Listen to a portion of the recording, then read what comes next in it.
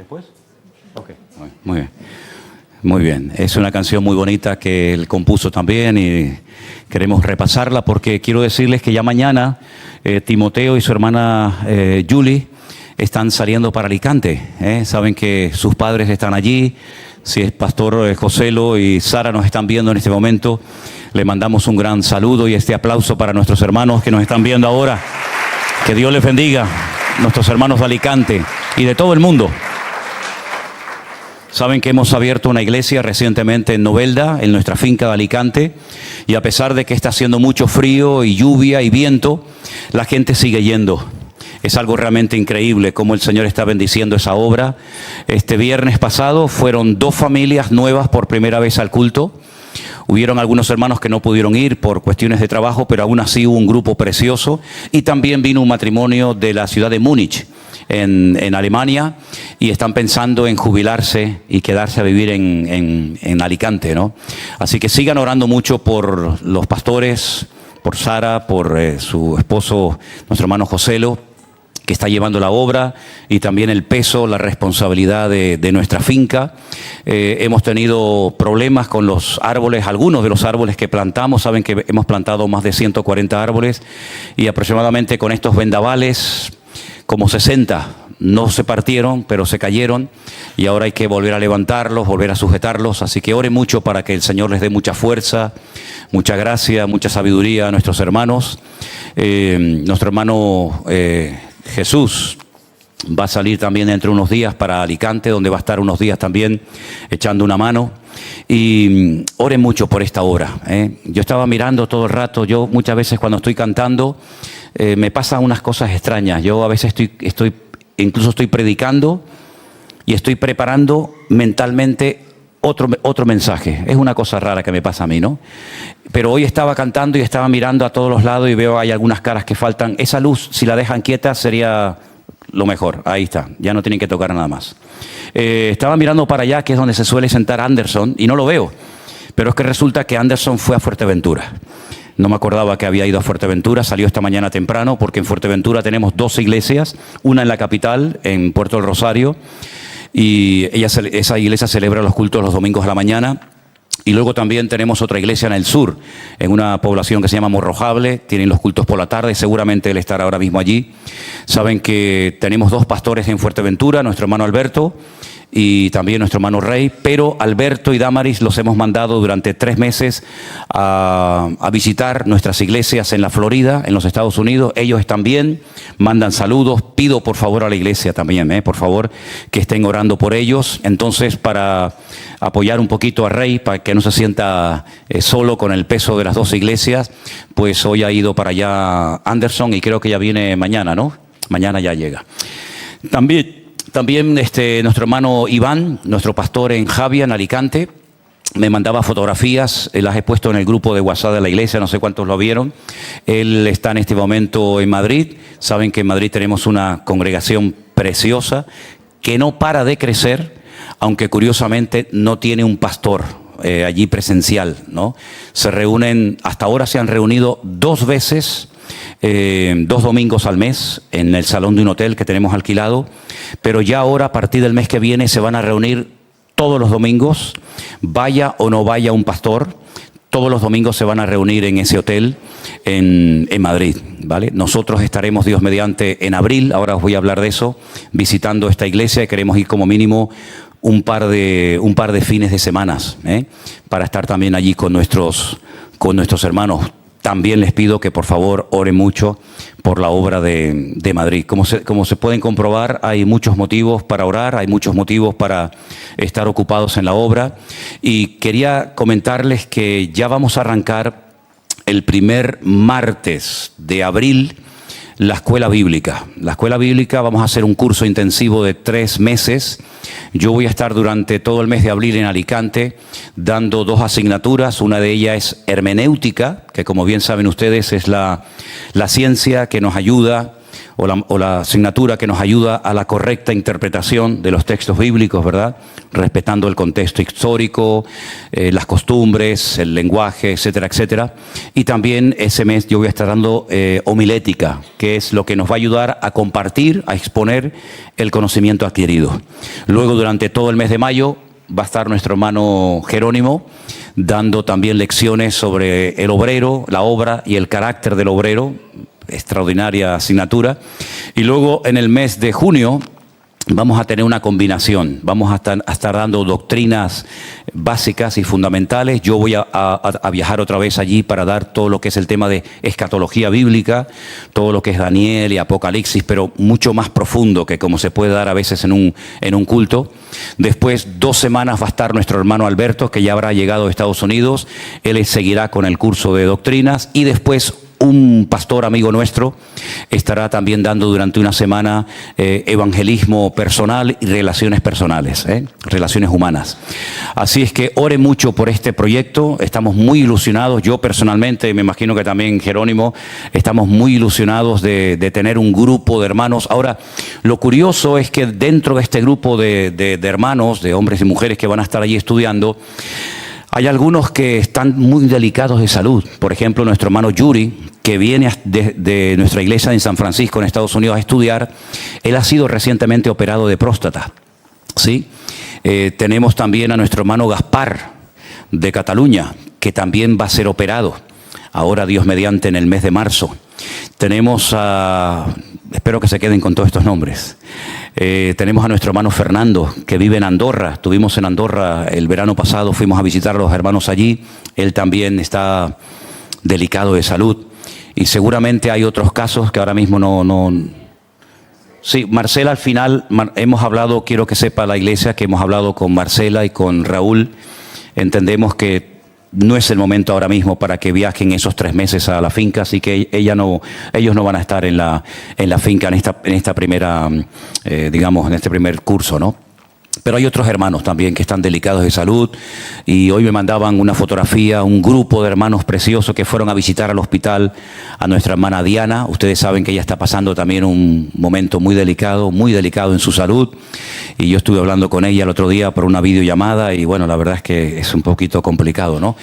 Pero oremos mucho por ella. Nuestra hermana Mónica también, de Madrid, también necesita mucha oración, y otros hermanos que también están delicados de salud.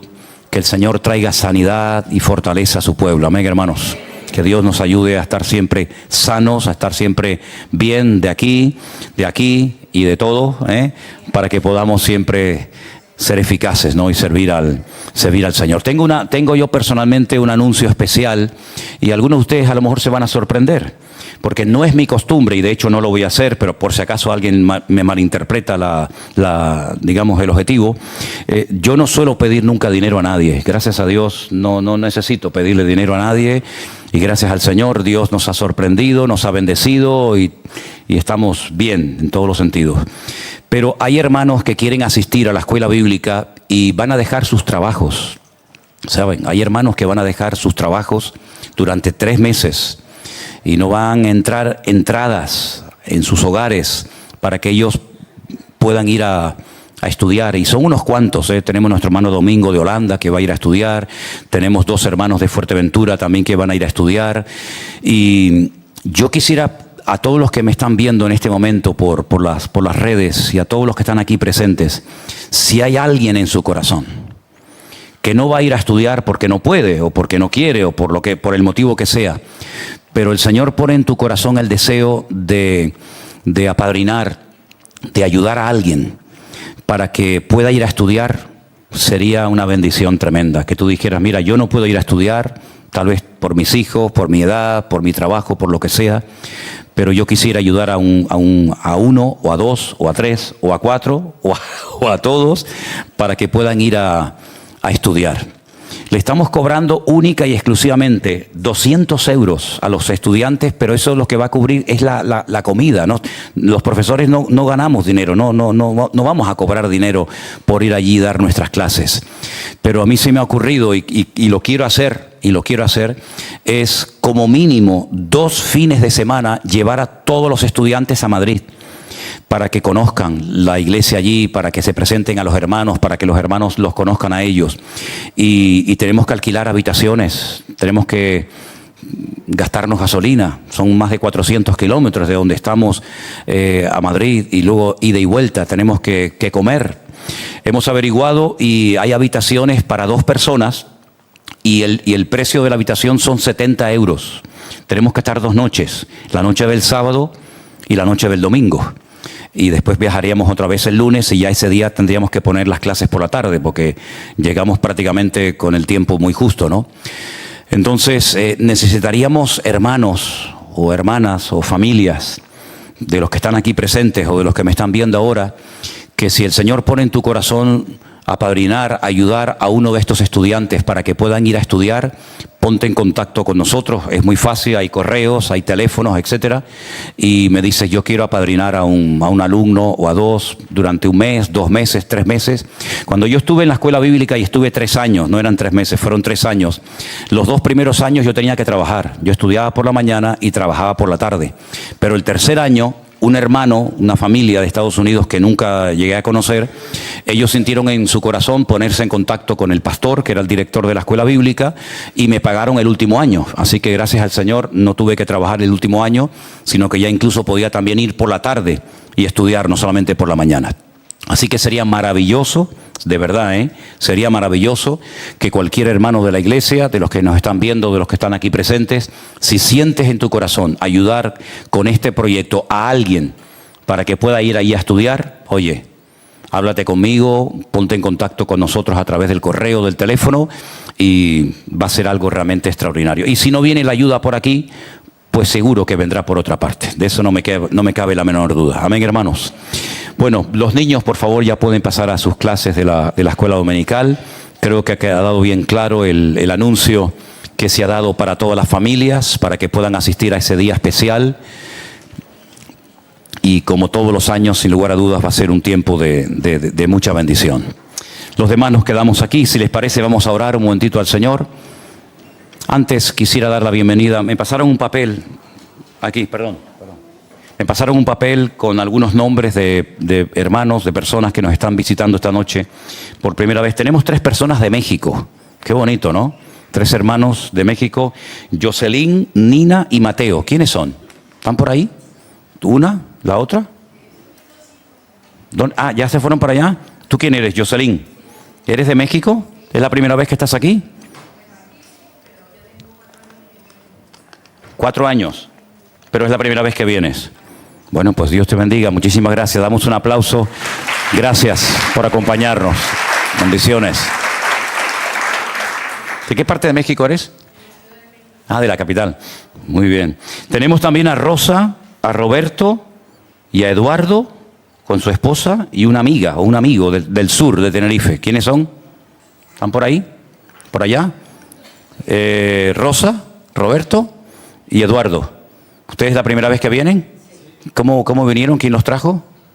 Bueno, nosotros somos, yo y mi esposa, somos creyentes desde hace 60 años. Ah, qué bueno, qué bueno. Yo ya había nacido, ¿eh? Yo ya había nacido, ¿eh?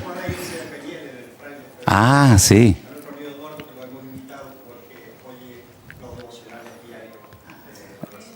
Ah, vale.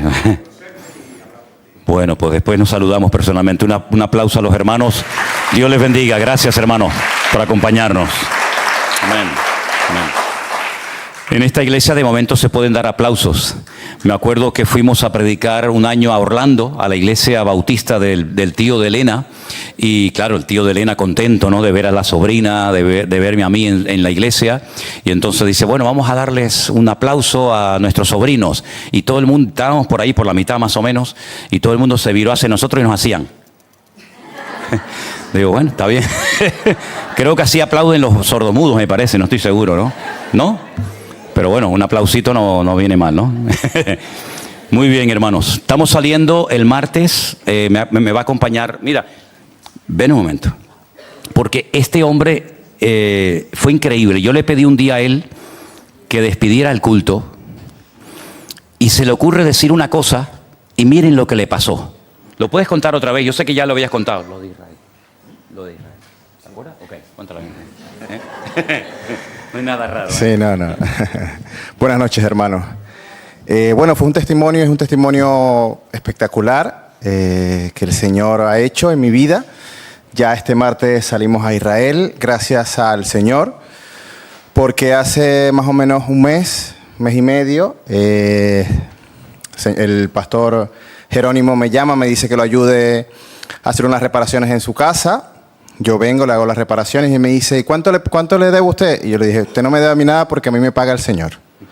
No se preocupe. Vengo, el pastor me dice que cierre el culto y él habló ese día de Israel. Estaba recién llegando de Israel, de su viaje.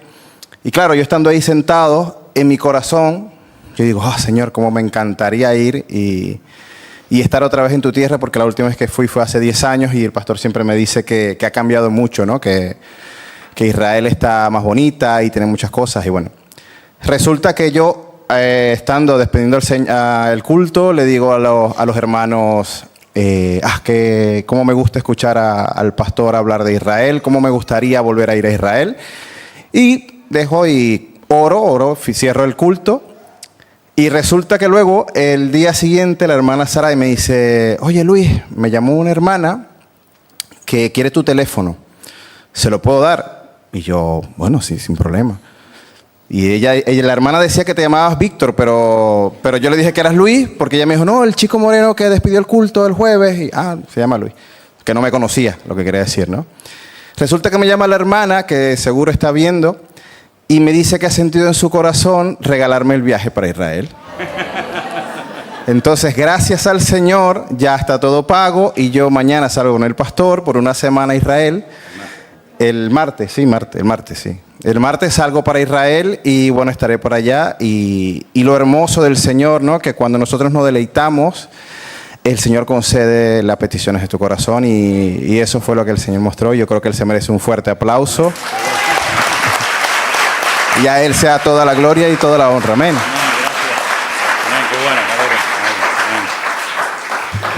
Ahora más de uno se va a ofrecer voluntario para despedir los cultos, ¿no? ¿Se puedo despedir el culto? Yo también. Tengo en mi corazón hace años poder viajar a tal sitio. Bueno, hermanos queridos, a veces Dios nos sorprende, ¿no? Con este tipo de cosas. Gracias, Señor, por tu palabra que va a ser expuesta. Te pedimos que estemos atentos y con temor y temblor y con mucho respeto hablamos de tu palabra, Señor, sabiendo que tú siempre hablas a través de ella. Gracias por todos los hermanos que nos están visitando en esta tarde. Gracias, Señor, porque sentimos tu presencia en este lugar, Señor. Tú eres fiel, donde siempre nos reunimos en tu nombre. Tú haces siempre acto de presencia, Señor, y te lo agradecemos. También oramos por todos los que están en sus hogares, probablemente algunos enfermos, nuestras iglesias también que están pendientes ahora mismo de recibir el mensaje.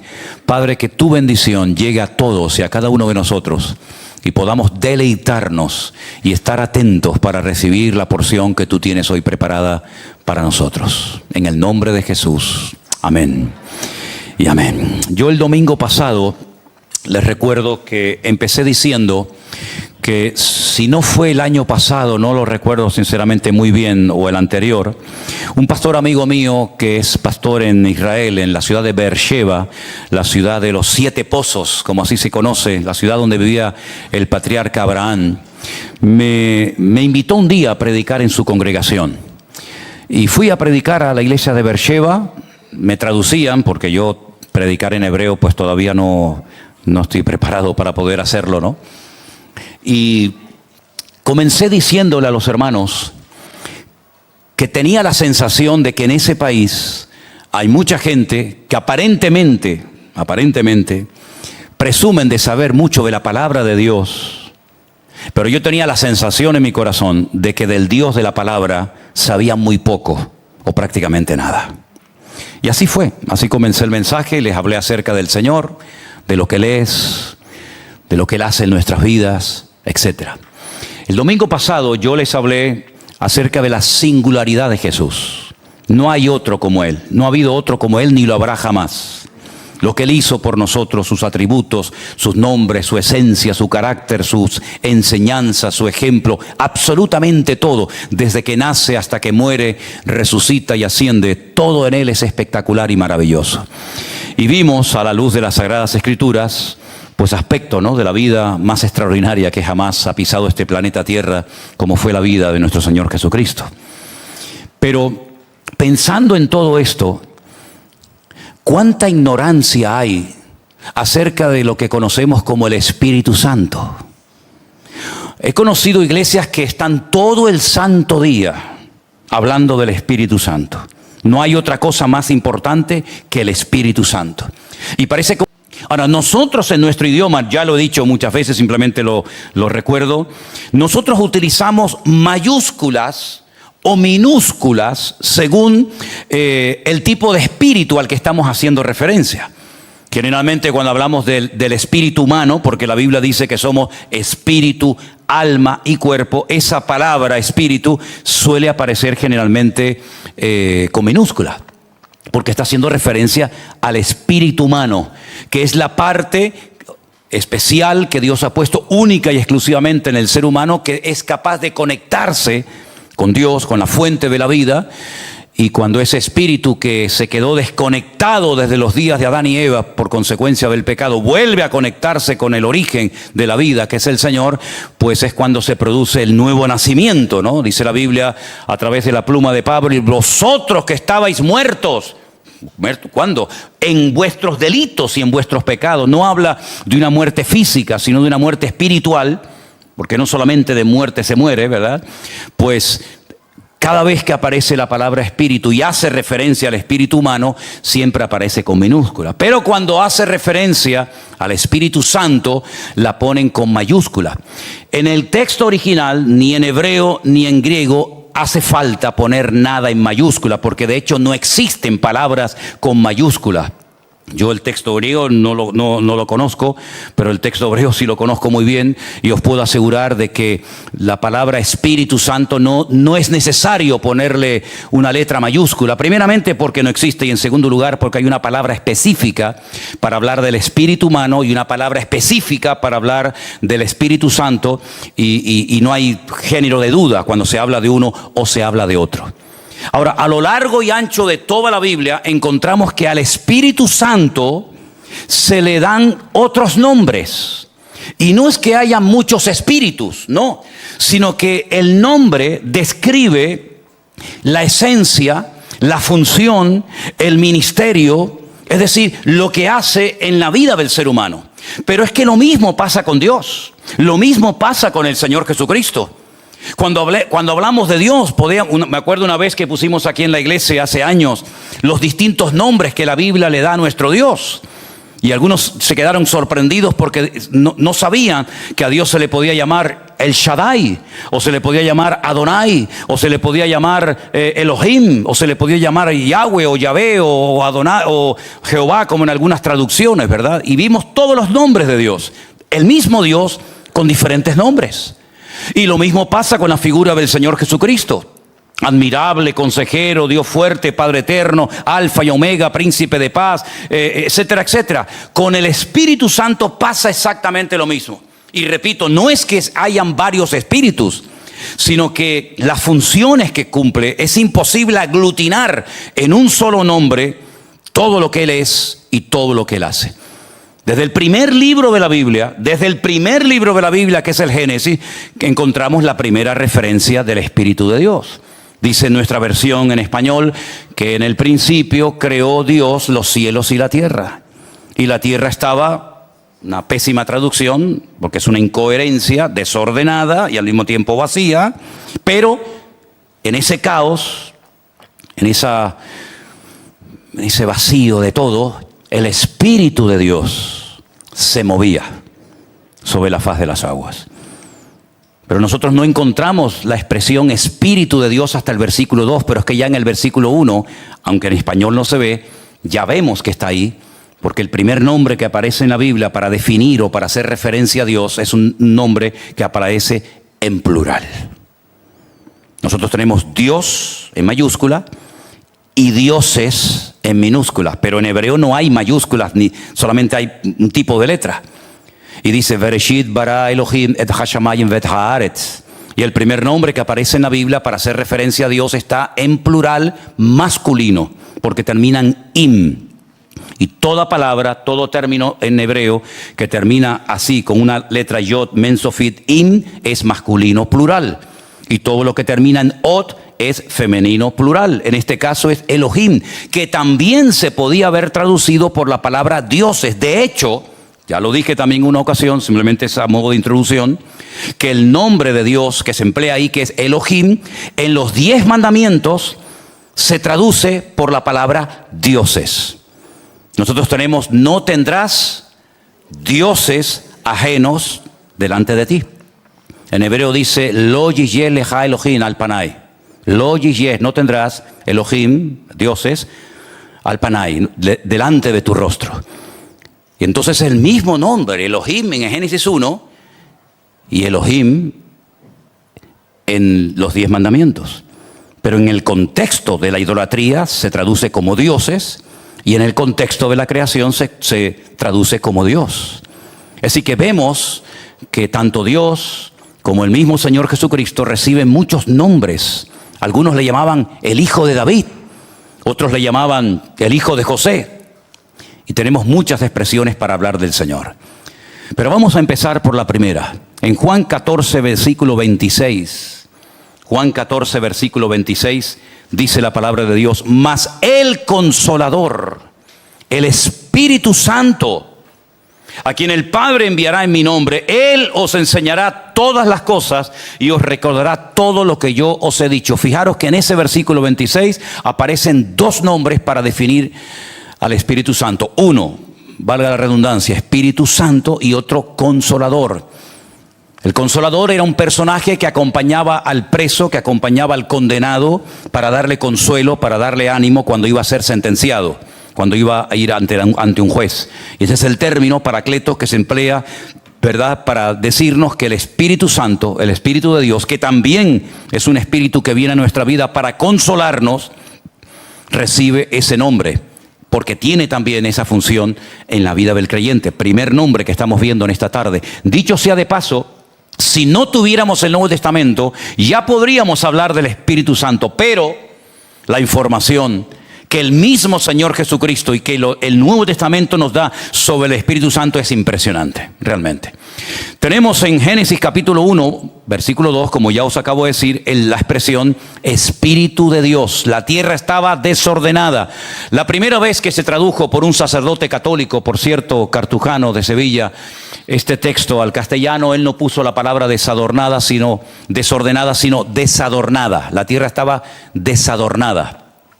Le regalé un facsímil a Jerónimo el otro día de una copia exacta de la primera Biblia que se tradujo en el siglo XVI del castellano antiguo al español, ¿no?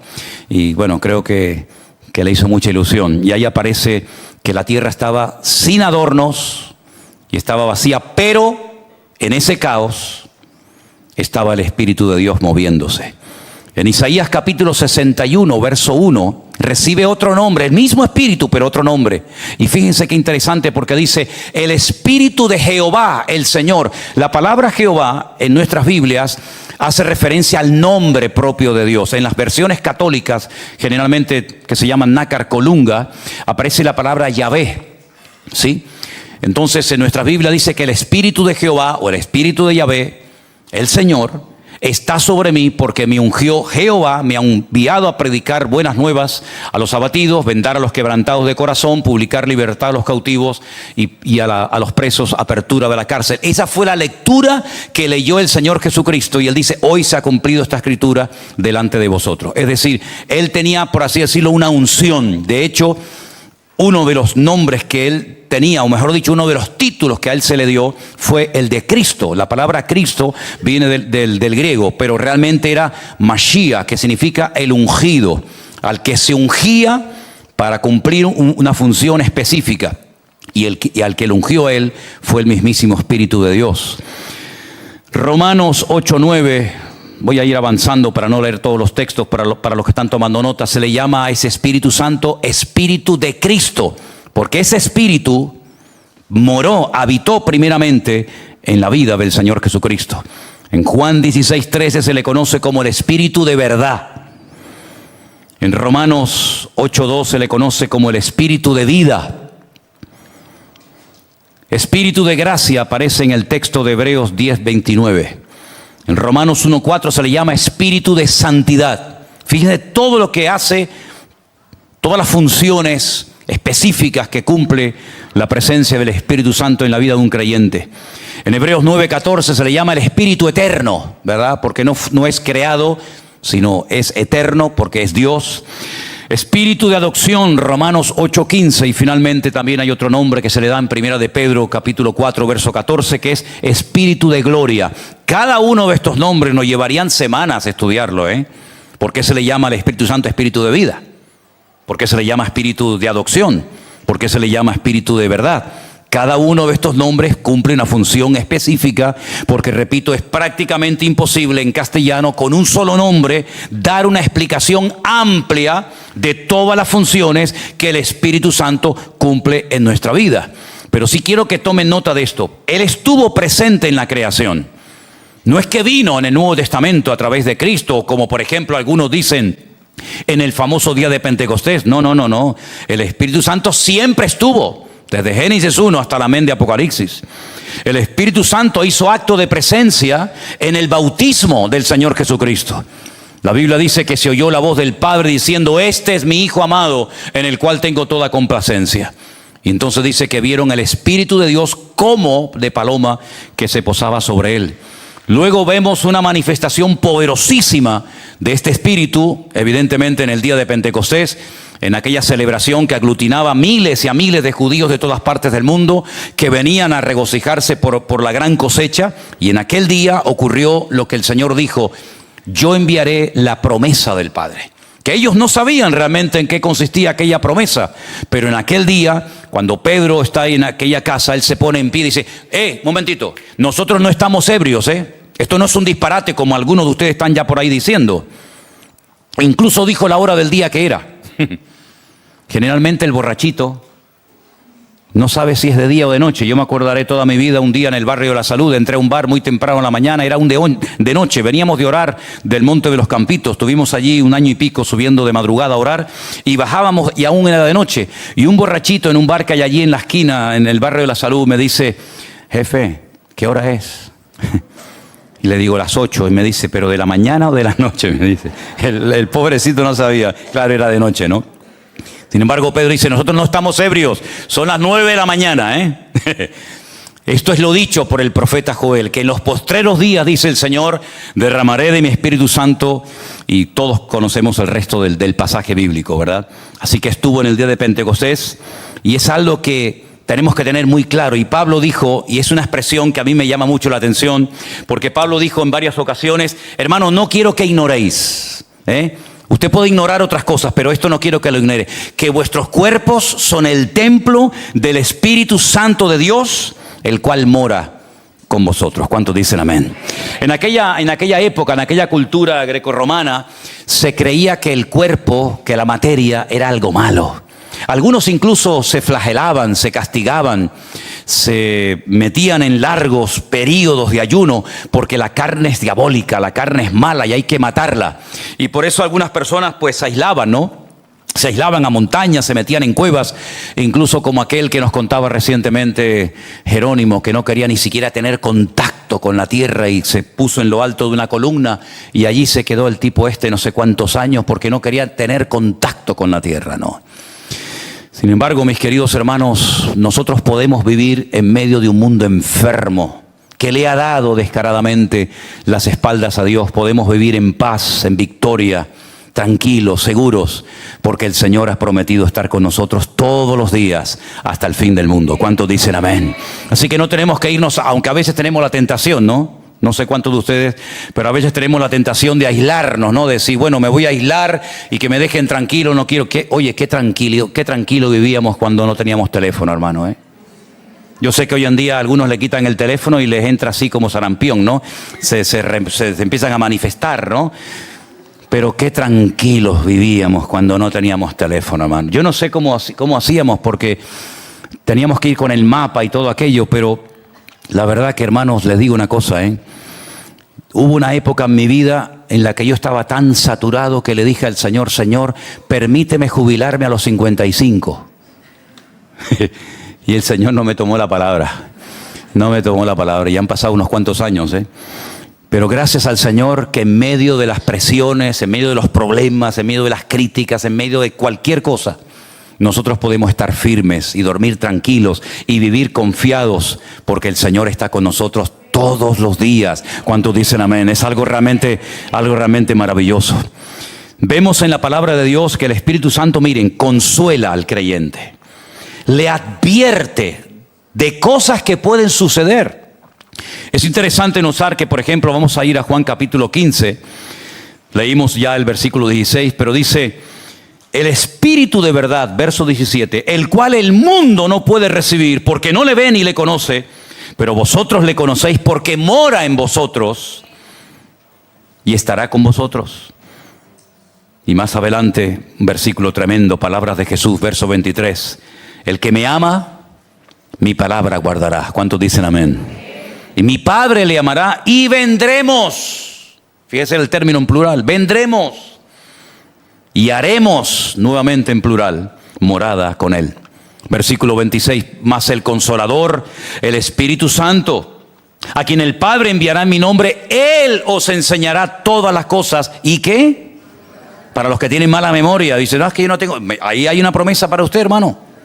Ahí hay una promesa. Y Él os recordará todo lo que yo os he enseñado. ¿Saben la gente que más memoria tiene en esta vida? Los niños y las mujeres. Algunas se ríen, pero tienen unas memorias las mujeres increíbles. Tú me dijiste, ¿te acuerdas que tú? Una memoria impresionante, hermano. Y como le prometas algo a un niño o a una mujer, eres hombre muerto si no cumples con la promesa. Así que ya puedes estar en ayuno y oración para que el Señor te ayude a cumplir tus votos. Sigue diciendo el Señor más adelante en el capítulo 15, estamos, versículo 26. Cuando venga el Consolador, aún no había venido en la época de Jesús, pero Él dice, no os dejaré huérfanos, va a venir, no se preocupen.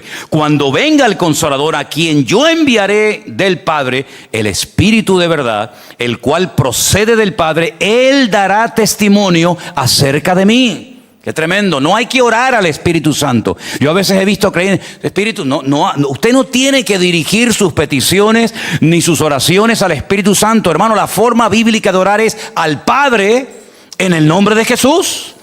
Y el Espíritu Santo le va a guiar, le va a motivar para que usted se dirija al Padre, a Dios, y siempre firme sus oraciones en el nombre de Jesús, pero no oren al Espíritu Santo. No se dirijan al Espíritu Santo porque no es correcto, no es bíblico. Cuando venga el Espíritu de verdad, capítulo 16, verso 13, Él los guiará a toda la verdad. Porque no hablará por su propia cuenta, sino que hablará todo lo que oyere y os hará saber las cosas que han de venir. Esto es maravilloso. Porque Él me glorificará a mí, porque tomará de lo mío y os lo hará saber. Todo lo que el Padre tiene es mío y Él tomará de lo mío y os lo hará saber. El Espíritu Santo no viene a desplazar a Jesús en absoluto. No viene a ser el protagonista de un culto, el protagonista de una iglesia. No, el Espíritu Santo viene al creyente para glorificar, para levantar a Cristo. Para que el fruto del Espíritu, ¿qué es el fruto del Espíritu? Es la vida de Cristo en nosotros. Son las características de su carácter: amor, gozo, paz, paciencia, benignidad, fe, mansedumbre, templanza. Así era Cristo. Era el amor personificado, la fe personificada. Era lo más completo que jamás podíamos habernos imaginado. Pues ese Espíritu de Cristo, ese Espíritu de Dios que mora en nosotros, comienza a moldearnos, comienza a cambiar nuestra forma de pensar, nuestra forma de tomar decisiones, nuestra forma de reaccionar frente a la vida. Y comienza a levantar, no a Él, a Cristo en nosotros. De tal manera que la gente pueda ver poco a poco y con el paso del tiempo ese cambio, esa naturaleza transformada por el poder de Dios. Amén, hermanos. Pero no es que Él viene y desplaza a Cristo. No. Él viene a glorificar al Señor. Él viene a guiarnos a toda la verdad. Hace muchos años me dejaron un libro que se llamaba, si no recuerdo mal, Pentecostales Católicos. Mira tú qué mezcla, ¿eh? ¿Qué mezcla? Pentecostales católicos. Ni pente ni cólicos, ¿no? Y comencé a leerlo, lleno de disparates, evidentemente. Había personas que testificaban en el libro que desde que se habían acercado al Señor y según ellos habían sido muy llenos del Espíritu Santo, sentían mucho más amor por la Virgen María. Ese no es el Espíritu de Dios. El Espíritu de Dios dice que os guiará a toda la verdad. ¿Cuántos dicen amén? No nos va a llevar a sensaciones raras. Imagínense que alguien apareciera por aquí, por la iglesia, y dijera: vengo con una revelación nueva. El Espíritu Santo me ha puesto en mi corazón que traiga una enseñanza nueva a la iglesia. Bueno, es que aquí ni entra. De la puerta de cristal para adentro no pasa. Eso se lo aseguro. Eso me pasó a mí en el barrio de la Salud hace muchos años, cuando vino un señor con otro y me dicen: hay un señor ahí que quiere hablar contigo. Entonces digo: bueno, espera, dile que se espere un ratito que ahora voy y lo atiendo. Cuando me acerqué a él, le digo: hola, buenas tardes, ¿en qué puedo servir? Le dice: soy Jesucristo. Digo: bueno. Digo: mira que me caen tíos raros a mí, de verdad, Señor. Yo no sé lo que tengo, pero todos los raros me caen a mí, ¿eh? Y yo digo: bueno, pues yo soy Manolo Sierra, mucho gusto. ¿Qué quiere? No, porque... Y me empezó a decir una serie de disparates y lo cogí así por el hombro. Digo: mira, escúchame una cosa. 3 segundos te doy para que salgas de aquí. 3 segundos, ¿eh? Y le empecé a apretar. Y le dice al otro: ¿ves? De todos lados nos echan. ¿Cómo va a venir un tipo haciéndose pasar por Jesucristo para dar una enseñanza nueva a la iglesia? Es un disparate, eso es una herejía. Es lo que dice la Biblia: y muchos vendrán en mi nombre. Y a muchos se engañarán. Pero a nosotros no. No porque seamos más guapos que nadie, sino porque tenemos la base, que es la palabra de Dios, y lo que no entra por la palabra de Dios, aquí no entra, porque Él viene a traer verdad y no viene a traer mentira ni rollo raro al cuerpo de Cristo. ¿Cuántos dicen amén? Aleluya, gloria a Dios. Ahora los que vayan conmigo a Israel tienen que tener cuidado, ¿saben? Porque allí hay una cosa que se conoce con el nombre del síndrome de Jerusalén. Generalmente le suele dar a un tipo de mujeres, no voy a decir cuál, yo sé cuáles son. Pero hay un tipo de mujeres que a algunas les suele dar el síndrome de Jerusalén. Y me dijeron la última vez que estuve en Israel, ahora en noviembre, diciembre, que hay un hospital psiquiátrico lleno. Oye, a mí me gustaría visitar ese centro psiquiátrico, honestamente. De gente que le dio el síndrome de Jerusalén. Una noche estoy yo en la explanada del Muro de los Lamentos y veo venir a lo lejos un señor con una barba tan grande que la tenía que cargar así. Unos pelos, venía descalzo con una túnica estilo así Jesucristo de la época, y se me acerca, me hablaba español precisamente y se me acercó. Digo: otro raro más, bendito sea Dios, otro más, pero ¿esto qué es? Y se me acerca y me dice: hola, buenas noches, soy el profeta Elías. Dijo: bueno, vamos, dejamos la historia ahí para no seguir. Oye, ¿se dan cuenta, hermanos, cómo en los últimos tiempos tenemos que estar con los ojos abiertos y dejarnos de superficialidad y dejar la ingenuidad aparcada afuera y darnos cuenta de que el enemigo lo que quiere es arrancarte de la verdad, meter verdades con medias mentiras? Cuando dice la palabra de Dios que Él es el camino, la verdad y la vida, y que el Espíritu Santo viene a glorificar a Cristo, a levantar en alto el nombre de Jesús, no a levantar al pastor. ¿Qué más quisiera yo pasar desapercibido? Los que me conocen de hace muchos años, a mí no me gustaban las fotos, no me gustaban las aglomeraciones, me gustaba andar a mi aire. Lamentablemente vemos hoy en día que en las iglesias a veces se levanta más la figura del pastor, del predicador, ahora de los apóstoles, etcétera, que del mismo Señor Jesucristo, mi hermano. Ustedes no tienen que venir nunca a una congregación a ver a un hombre. Una cosa es el cariño, el amor, el respeto, que el devocional, que esto, todo eso lo entiendo. Pero en definitiva, el protagonista, el invitado de honor aquí y siempre será el Rey de Reyes y Señor de los Señores, mi hermano. A Él sea la gloria, ni más ni menos. Ni más ni menos. Aleluya. Por eso tenemos que estar atentos, porque aunque estemos aquí en las Islas Canarias, que parece que estamos aquí perdidos, que nadie sabe dónde estamos, el diablo sabe dónde estamos, ¿eh? El diablo sabe dónde estamos y de vez en cuando viene algún bicho raro. Pero no se preocupen, porque además en esta iglesia no hay 1 ni 2, hay 3 pastores. Así que le damos a la entrada, a la salida, y mientras va por el camino también recibe, ¿eh? No se preocupen ustedes. Tu vara y tu callado me infunden aliento. Yo a Anderson y a Jerónimo, que son así chicos buenos, le doy el callado y yo me quedo con la vara. No se preocupe. El Espíritu Santo en la Biblia a veces se representa o se habla de él como una especie de símbolos, ¿no? Es como, por ejemplo, cuando Juan el Bautista dijo, he aquí el Cordero de Dios. Pero era un ser humano, no era un animal. Pero se asemeja el Cordero al Señor Jesucristo, porque Él vino a morir por nosotros como el Cordero, ¿verdad? Pobrecito, tenía que ser muerto y sacrificado en un altar, ¿no es cierto?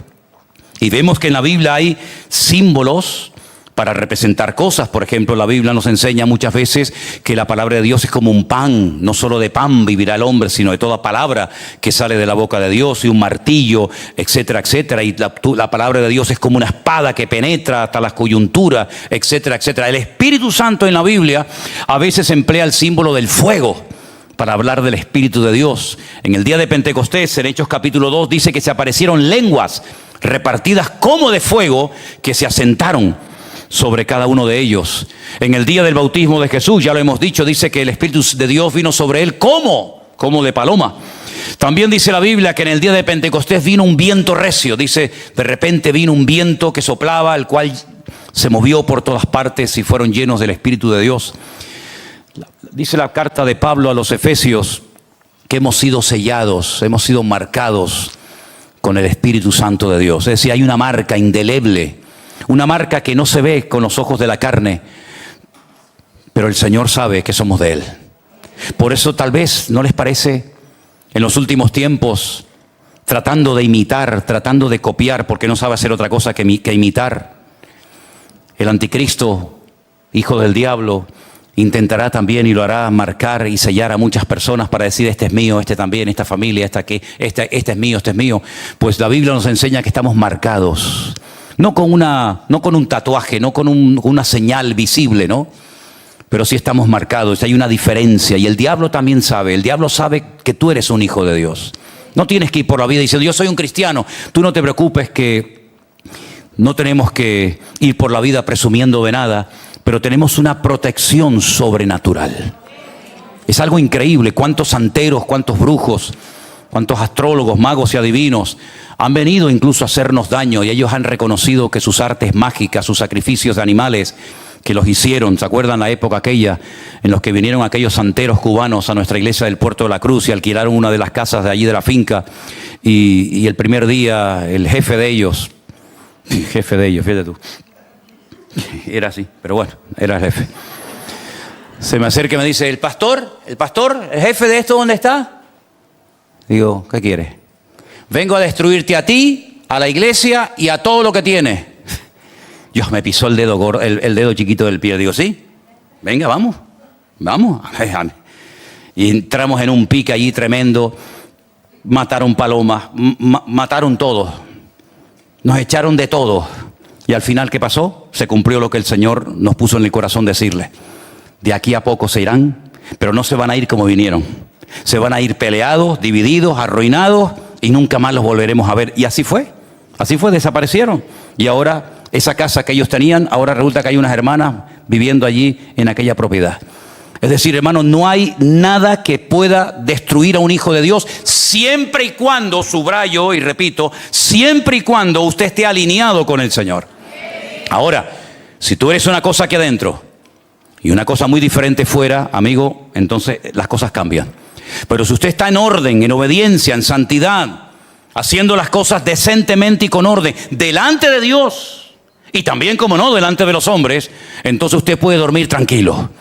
Usted no tiene que tenerle miedo a nada ni a nadie, porque el Señor va a protegerle. Dice que el ángel de Jehová acampa alrededor de los que le temen y los defiende. Luego nos vendrán a atacar, pero no te preocupes, que tenemos a alguien que nos defiende. Por un camino vendrán, y dice la Biblia, y por 7 huirán. Porque mayor es el que está en nosotros que el que viene contra nosotros. Por lo tanto, mis queridos hermanos, nosotros tenemos que tener la tranquilidad, la seguridad que pase lo que pase y venga lo que venga, el Señor siempre estará a nuestro lado. Claro, hay que orar, hay que velar, hay que estar atentos, hay que cerrar puertas al enemigo. Dice, no deis lugar al diablo. Luego se le puede dar lugar al diablo, hombre, claro. Hay cosas que es mejor no verlas. Hay cosas que es mejor ni hablarlas. Dice, mire, que vuestras conversaciones no sean como las de ellos, sino cuando hablemos tenemos que glorificar al Señor.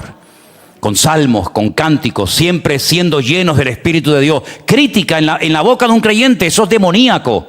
Crítica, murmuración, mira lo que dijo, mira quién vino, quién no vino. Eso tienes que desterrarlo definitivamente de tu vida si es que tienes ese problema.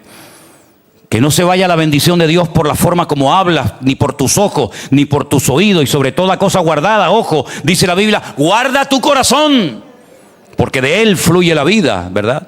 Entonces hay cosas que están permitidas, no son delitos, todo me es lícito, pero no todo conviene, dice la palabra del Señor.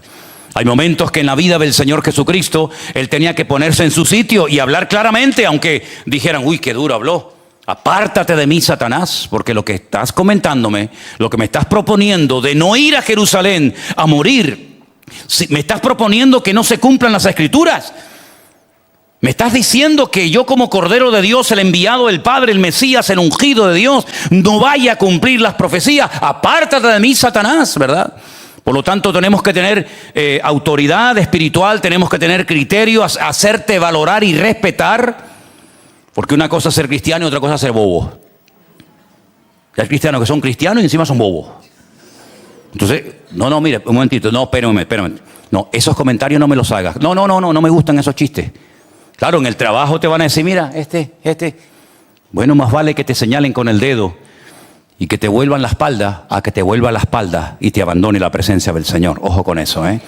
No estés jugando con el pecado, porque el pecado tarde o temprano te pasa la factura. Los pecados que hoy cometes y que no hay un arrepentimiento genuino en tu corazón, cuando seas mayor, te van a pasar factura. Porque hay cosas que tú haces hoy que no le das importancia, que la tienen delante del Señor. Porque hay pecados que una persona puede llegar a cometer y esa falsa seguridad, decir, uy, no me ha pasado nada. Primero, no me ha visto nadie. No se ha enterado nadie. Segundo, no me ha pasado nada, sigo exactamente igual. Voy a la iglesia y nadie se ha enterado. Ojo, siempre hay un ojo que nos ve y siempre hay un oído que nos oye, y es el ojo y el oído de nuestro Dios Todopoderoso.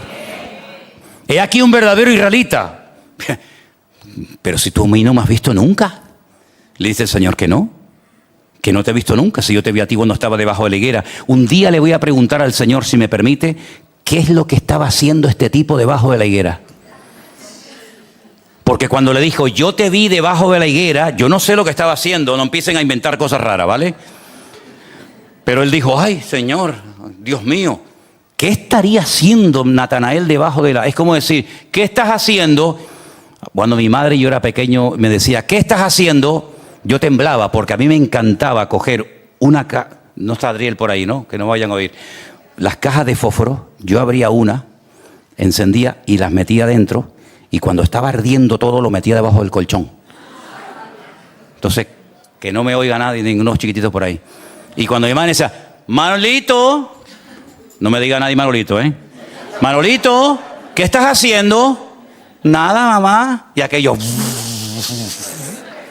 quemé belenes, quemé televisores, quemé radios, colchones, sábanas, ropa. Quemé todo. Y si el Señor no me hubiera salvado, lo hubiera aprendido, hubiera sido un pirómano. Pero gracias al Señor que el Señor me salvó. Así que tranquilos, no se preocupen. Yo no he sido nunca, yo no le he prendido nunca fuego. Pero ahora estoy lleno del fuego, del verdadero fuego, no que destruye, sino que calienta el alma, el fuego del Espíritu Santo de Dios. Aleluya. Fuertes aplausos al Señor. Dios es bueno y maravilloso. Aleluya. Hermanos, ¿cuántos en esta tarde primero le dan gracias al Señor como creyentes de tener al Espíritu Santo en su corazón? A ver, levante su mano. Es un privilegio tremendo. Mire, yo me crié, y esto lo digo desde la seriedad, pero al mismo tiempo de la tristeza. Porque yo me crié en una denominación donde se decía y se enseñaba que no todos los creyentes tienen el Espíritu Santo. Qué triste esto, Dios mío. Qué triste esto. Qué herejía. A veces decimos barbaridades y nos quedamos tan panchos y no nos damos cuenta de que estamos diciendo una auténtica herejía. Se decía que hasta que una persona no hablara en lenguas, no tenía el Espíritu Santo de Dios en su vida. Yo creo en todos los dones del Espíritu Santo, por si alguien se está preguntando, y yo creo en todo lo que dice la Biblia. Pero en lo genuino, En lo genuino, no en lo inventado, no en lo que viene como presión, sino en las cosas genuinas de Dios, creo en todas. Absolutamente.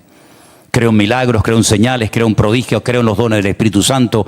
Creo en todo lo que dice la palabra de Dios y más. No hay nada que haya caducado en absoluto. Pero ¿saben una cosa, mis queridos hermanos? Eso no es cierto. La Biblia dice, por un mismo espíritu hemos sido todos bautizados en un cuerpo. Cuando alguien nos predicó la palabra en una campaña, en la radio, en televisión o donde fuera, el Espíritu Santo de Dios tomó esa palabra y trajo convicción a nuestro corazón. Porque dice que cuando Él viniera, Él convencería al mundo de pecado, de justicia y de juicio. Y eso es lo que nos pasó a nosotros. Algo pasó en nuestra vida, que aquella predicación era mucho más que las palabras de un hombre. Era una espada que el Señor estaba utilizando en aquel momento para traspasar mi alma y para reconocer que delante de Dios era un pecador y que estaba perdido y que por mucho que tuviera, yo estaba destituido de la gloria de Dios por la eternidad. Y el Espíritu Santo trajo convicción a mi vida. Bueno, hay gente que llora, otra gente no llora, eso ya depende de cada uno. Pero lo que está bien claro es que yo entendí que yo no estaba bien delante de Dios. Y que si yo moría en aquel momento, que podía haber muerto, porque muchas veces estuve a punto de morir, yo me iba a condenar por la eternidad. Y le pedí perdón a Dios por mis pecados. Y en ese momento el Espíritu Santo, nuestro Señor Jesucristo y Dios el Padre, vino a mi vida y a la vida de toda persona que ha nacido de nuevo. Luego las experiencias que usted pueda o no tener con el Señor, eso ya es cuestión personal y suya, mi hermano.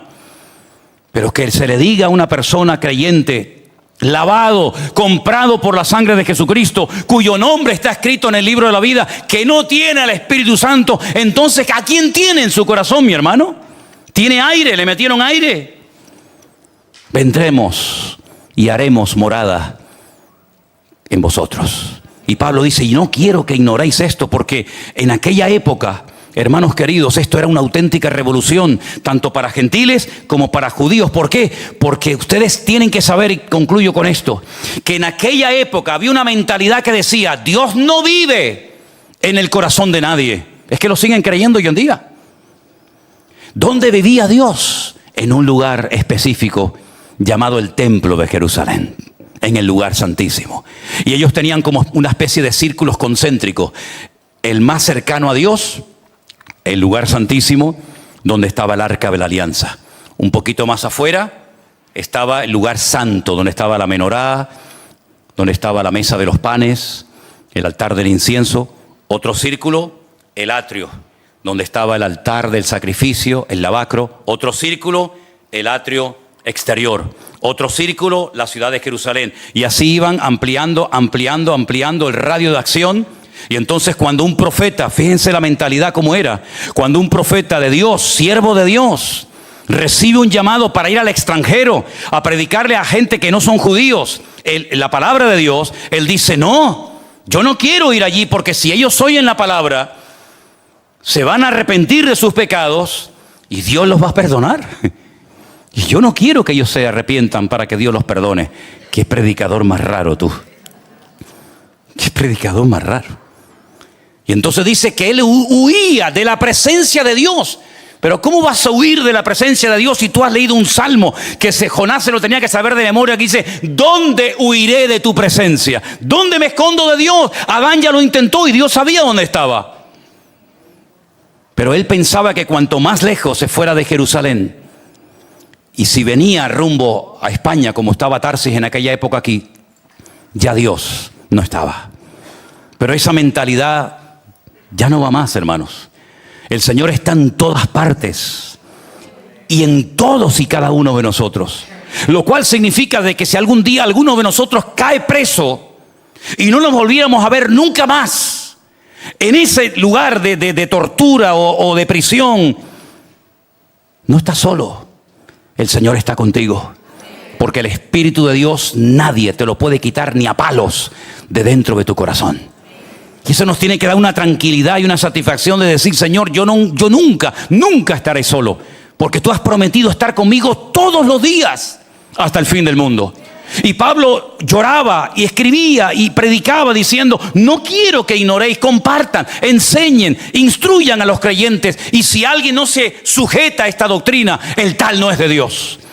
Porque todo creyente tiene el Espíritu de Dios en su corazón, mi hermano.